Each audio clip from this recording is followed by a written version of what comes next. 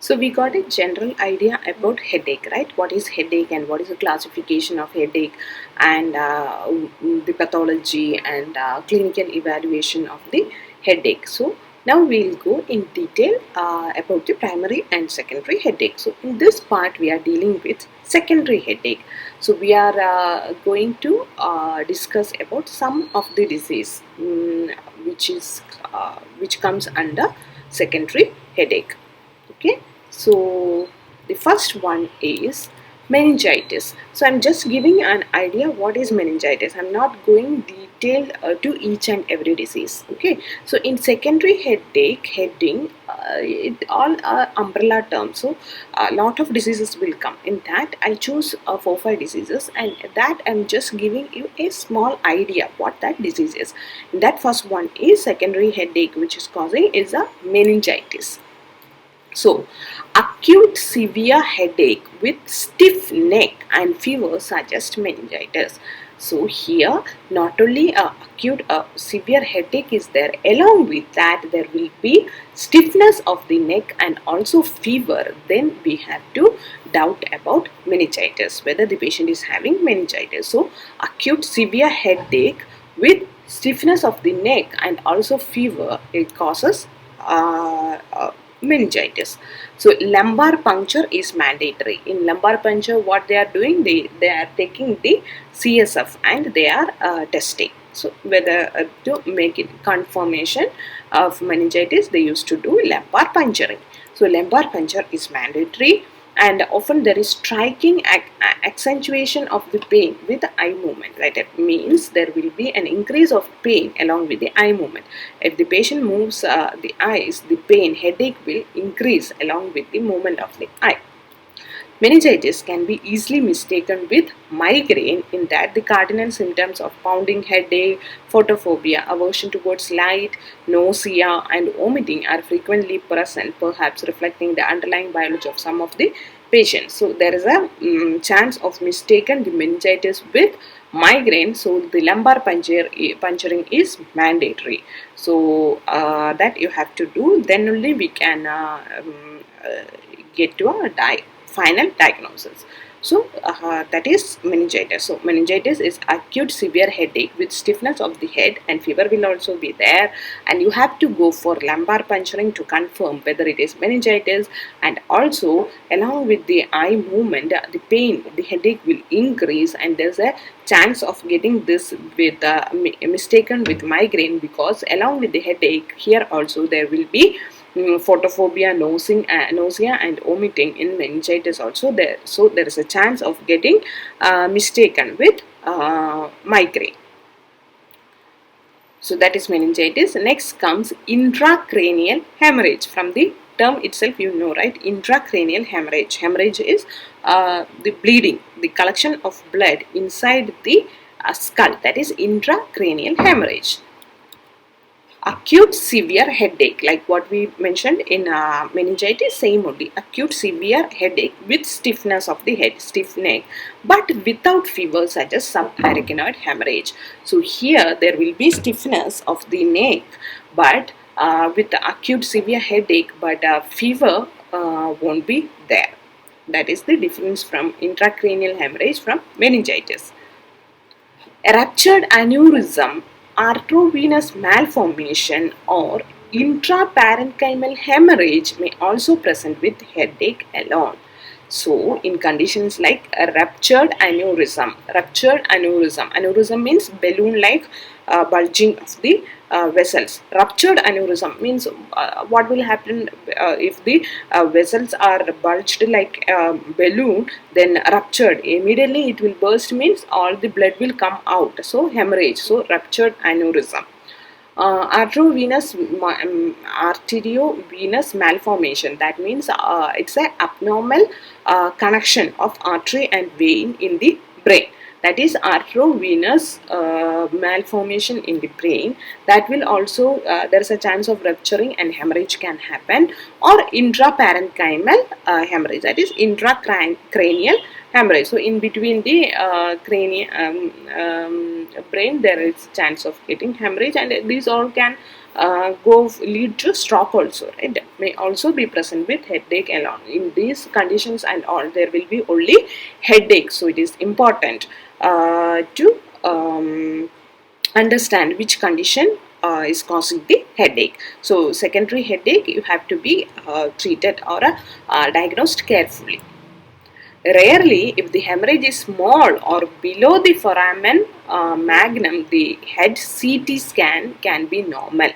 If the hemorrhage is small or if it is below the foramen magnum means, then the CT scan shows it's a normal. And therefore lumbar puncture may be required to diagnose definitely subarachnoid hemorrhage. So that case also lumbar puncture should be the final helps in final diagnosis. So in this picture you can see this is foramen magnum, right? So just for brushing up, I am showing this picture. This is foramen magnum, and if the bleeding is below this foramen magnum, then also in CT scan it won't show. So that is intracranial hemorrhage. So intracranial hemorrhage, acute severe headache will be there, stiffness of neck also will be there, but fever won't be there if we compare that with meningitis. And also here conditions like ruptured aneurysm, arteriovenous malformation or intraparenchymal hemorrhage, all these are hemorrhages only, intracranial hemorrhages only. These can present only with headache. Headache alone will be the symptom in this condition. If we do CT scan, if this hemorrhage is small or it is below this foramen magnum, then CT scan can be normal, but at that time we have to go for lumbar puncture. Then only we will understand what's the problem and can come to a final diagnosis. So that is intracranial hemorrhage. So next condition is brain tumor. So we finished meningitis, intracranial hemorrhage, and the third condition is brain tumor. So approximately 30% of the patient with brain tumors consider headache to be their chief complaint. So they are considering it as 30% of the patients with brain tumors consider headache to be their chief complaint, and the head pain is usually non-descript. So it's not like we can't tell it. The description about the pain is not proper. So an intermittent, deep or dull aching of moderate intensity pain will be there, which may worsen with exertion or change in position and may associated with nausea and vomiting. So the pain may be intermittent, dull, deep or moderate intensity, and it can worse with exertion or a change in the position. Also, it may be associated with nausea and vomiting. And this pattern of symptoms results from migraine far more often than that from the brain tumor. So this also you can see in migraine, these symptoms, nausea, vomiting, and all those things you can see in migraine also. So it is more seen in migraine than in brain tumor. The headache of brain tumor disturbs sleep in about 10% of the patient. So in about 10% of the patient, this headache of brain tumor will disturb the sleep. And vomiting that precedes the appearance of a headache by weeks is highly characteristic of posterior fossa brain tumor. Posterior fossa, right, behind the head. So if it is posterior fossa brain tumor, then this vomiting that precedes the appearance of headache. So headache will be there, and along with that a gap of 1 week, and vomiting will be there. So vomiting and headache will be there with a gap of 1 week. That is a characteristic feature of posterior fossa tumor. And a history of amenorrhea or galactorrhea should lead one to question whether a prolactin secreting pituitary adenoma or the polycystic ovary syndrome is a source of headache. So if there is headache along with that amenorrhea or galactorrhea is there, then is that there is two chances, maybe pituitary adenoma or polycystic ovarian syndrome. So this is the condition if there is amenorrhea and galactorrhea along with a headache. So headache arising de novo in a patient with known malignancy suggests either cerebral metastasis or carcinomatous meningitis or both.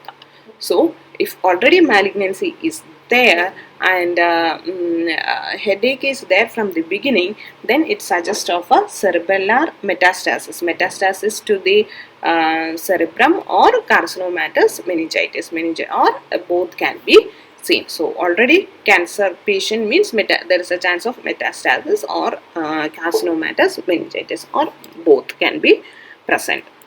So this is next condition. So head pain appearing abruptly after bending or lifting or coughing can be due to posterior fossa mass or Chiari malformation or low CSF volume. So headache appearing suddenly after bending of the head or lifting something or coughing may be due to posterior fossa mass or Chiari malformation or due to low CSF volume, low CSF level. Chiari malformation means the brain is pushed into the spinal cord. That condition is known as brain is pushed into the spinal cord. That condition is known as Chiari malformation, and or maybe due to the posterior fossa mass in the posterior fossa. This is the posterior fossa.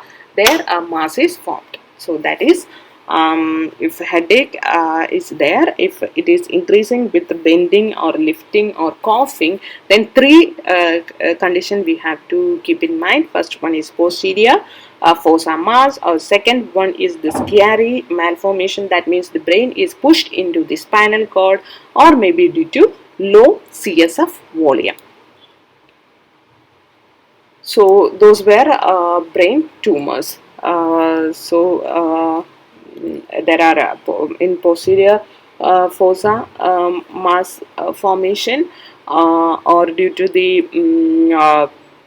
this Chiari malformation, or due to low CSF volume and all, there is a chance of getting this brain tumor headache. And also with the pituitary adenoma or ovarian cyst, also there will be headache, but there it will be associated with amenorrhea and galactorrhea. And the associated symptoms also we have to see. Sometimes it will be along with vomiting, and headache will come. That may it mimic like migraine, but we have to go for further investigation to reach the final diagnosis. So that is brain tumor. So we saw three conditions now. First one is meningitis, second condition is intracranial hemorrhage, and the third condition was brain tumor, and the fourth one was temporal arteritis. It's not arthritis, it is arteritis. That means the itis, inflammation of the artery. So temporal arteritis means it is the inflammation of the outer lining of the artery. So temporal or giant cell arteritis is an inflammatory disorder of the arteries that frequently involves the extracranial carotid circulation. What is extracranial carotid circulation? Extracranial. So extracranial means outside the skull. So the circulation from the carotid artery outside the skull, that is extracranial carotid circulation. So this is the inflammatory disorder of the arteries that frequently involves the extracranial carotid circulation. It is mainly seen in elderly people. It is a common disorder of the elderly people, and the average age of onset is 70 years. So average onset is 70 years. So it is seen in the elderly patient, and women are more affected. So women account for 65% of the cases. So they are more affected. About half of the patients with untreated temporal arteritis develop blindness due to the involvement of ophthalmic artery and its branches.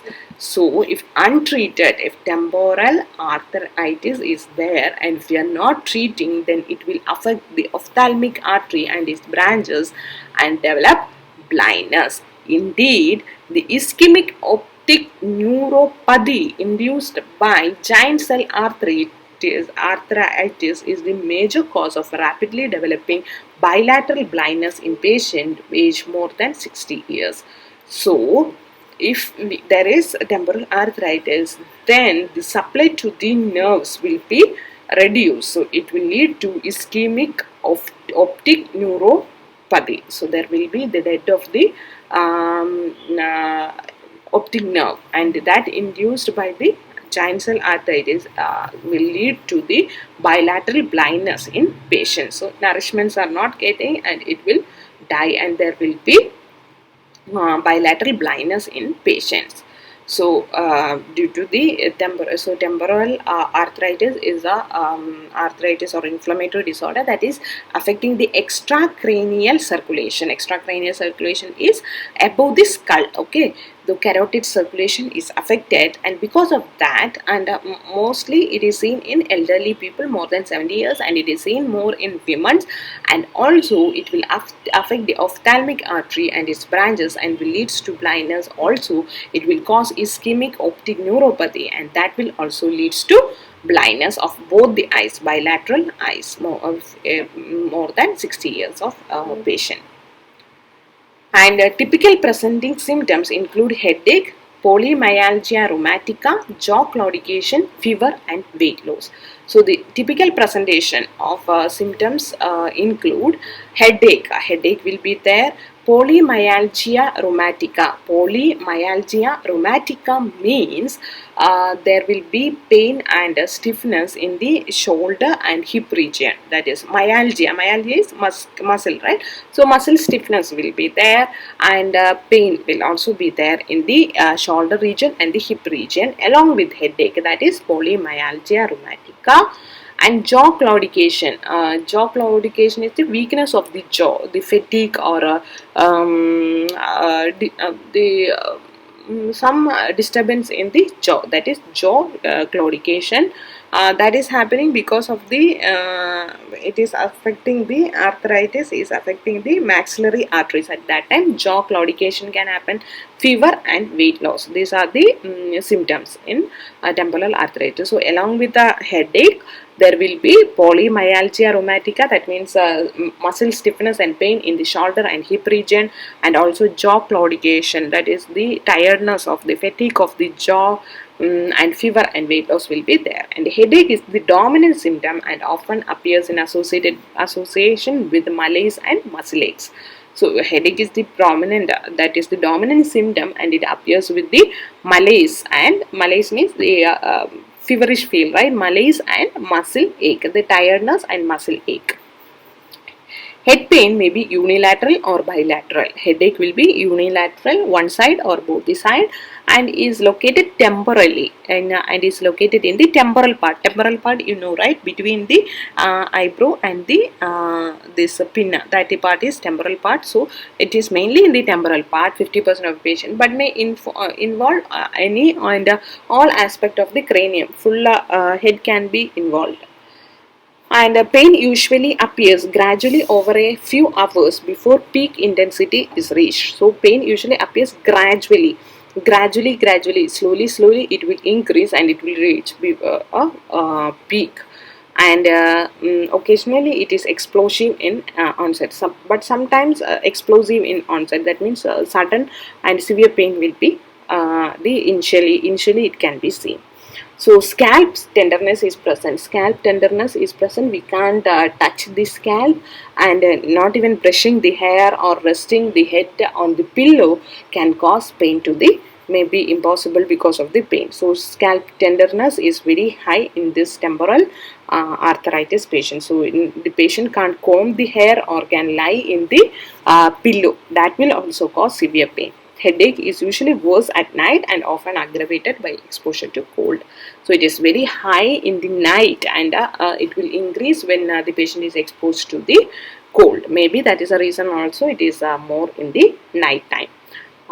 So, that is temporal arthritis. And if we go for investigation,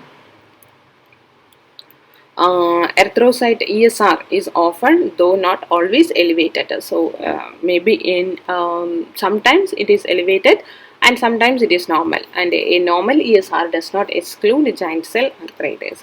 So ESR sometimes it will be high and sometimes it will be normal. A temporal artery biopsy followed by immediate treatment with prednisone 80 mg daily for the first 4 to 6 weeks should be initiated when clinical suspicion is high.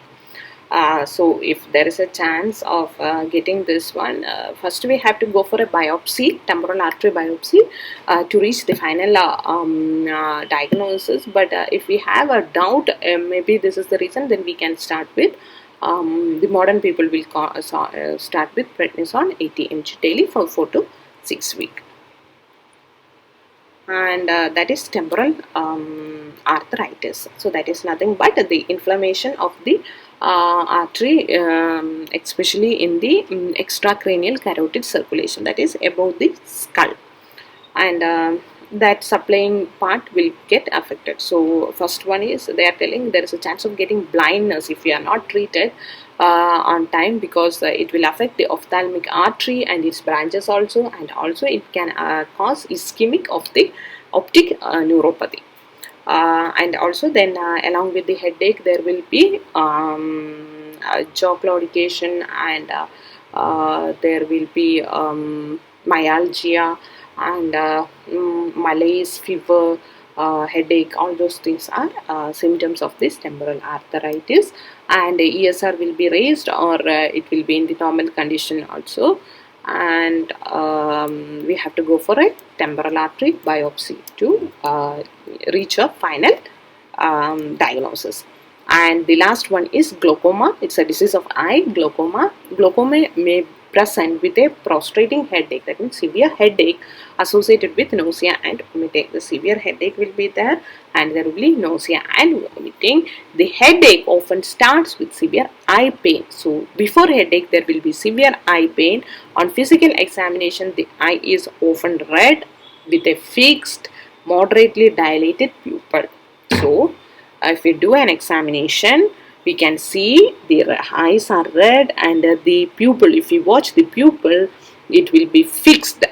It is not dilating and relaxing. So it's a fixed and moderately dilated pupil. So it's a dilated pupil. So that is glaucoma. So glaucoma, the main thing for us to diagnose is the eye pain starts first. After that only headache, and there will be nausea and vomiting along with this headache. And if you check the eye, you can see it's very red, and the pupil is moderately dilated and fixed. So that is glaucoma. So these are the diseases coming under the heading secondary headache. So hope you all understood the secondary headache. Thank you.